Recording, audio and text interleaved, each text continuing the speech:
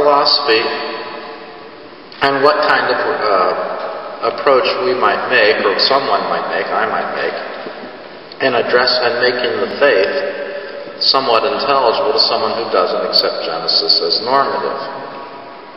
What do you say? Well, I'd like to start with considering two competing secular views of marriage. And here I'm going to Robert George. Conjugal view, our Catholic Church's view, basically. I mean, leaving out Christ and all the little things like that. It goes this way. Marriage is the union of a man and a woman who make a permanent and exclusive commitment to each other of the type that is naturally fulfilled by bearing and rearing children together. The spouses seal, consummate, and renew their union by conjugal acts. Acts that constitute the behavioral part of the process of reproduction, which unites them as a reproductive unit. Marriage is valuable in itself, but its inherent orientation to the bearing and rearing of children contributes to its distinctive structure, including norms of monogamy and fidelity.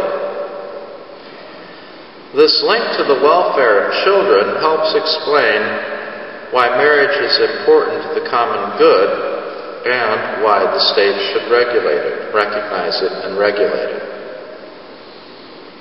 The revisionist view, the one that we're looking at to adopt by law in states across the United States. This view says that marriage is the union of two people, whether of the same sex or of opposite sexes, who commit to romantically loving and caring for each other and to sharing the burdens and benefits of domestic life.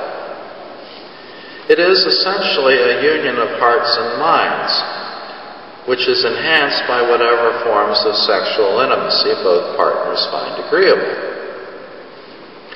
The state should recognize and regulate marriage because it has an interest in stable romantic partnerships and in the concrete needs of spouses and any children they may choose to rear.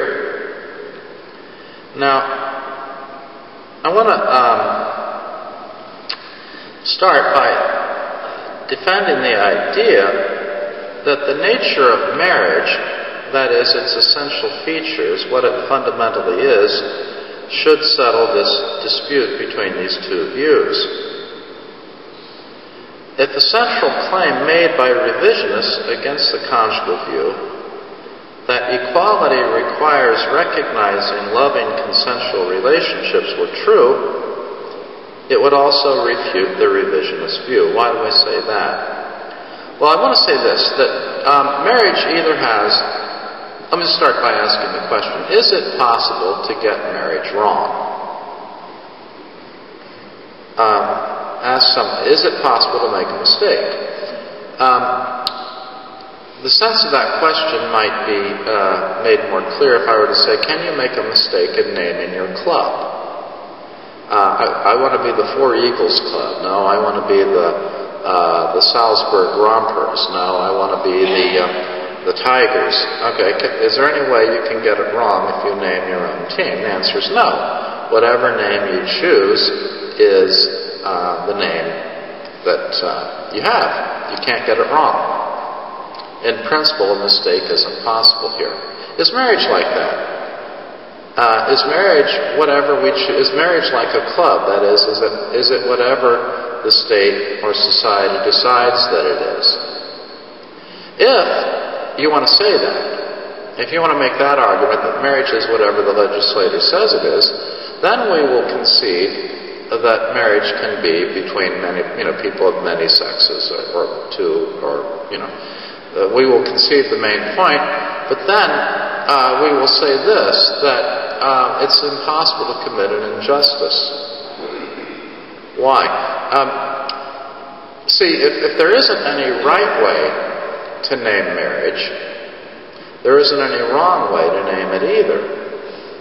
And if there's no wrong way to name it, then the laws we have on the books stand fine. They are at least as correct as the laws you want to replace them with. If there isn't any intrinsic nature to marriage that it's possible to mistake, then whatever the state says is marriage, and we have a definition of marriage, and it's just as good by definition as the one you're proposing. See? If marriage is whatever we say it is, then there can't be any injustice in denying it to anybody. You see that? It's only if there is such a thing as a normative marriage that justice would require that everyone would be able to share in it. You see that? Does that make sense?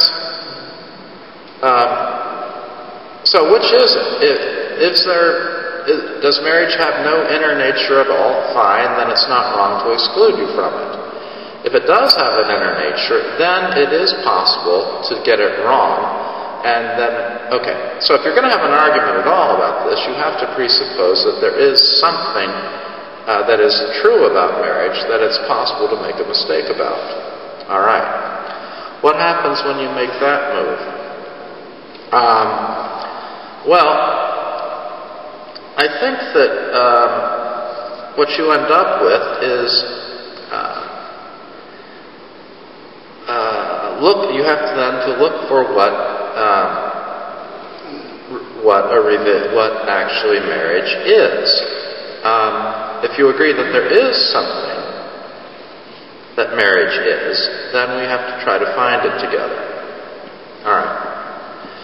Revisionists who do arrive at the conclusion that there is something that it's possible to get right or wrong about marriage in itself must accept at least three principles.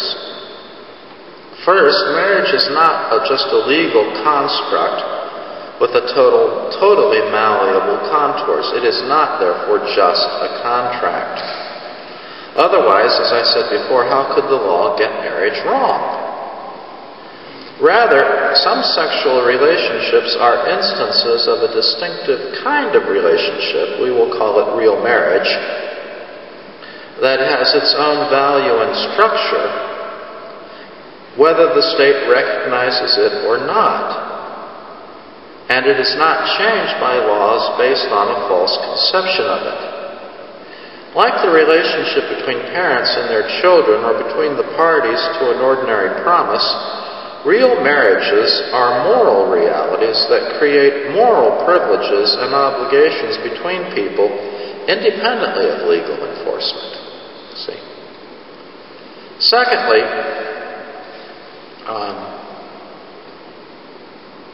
so when some states forbid interracial marriage, for example, they either attempted to keep people from forming real marriages, or they denied legal status to those truly marital relationships.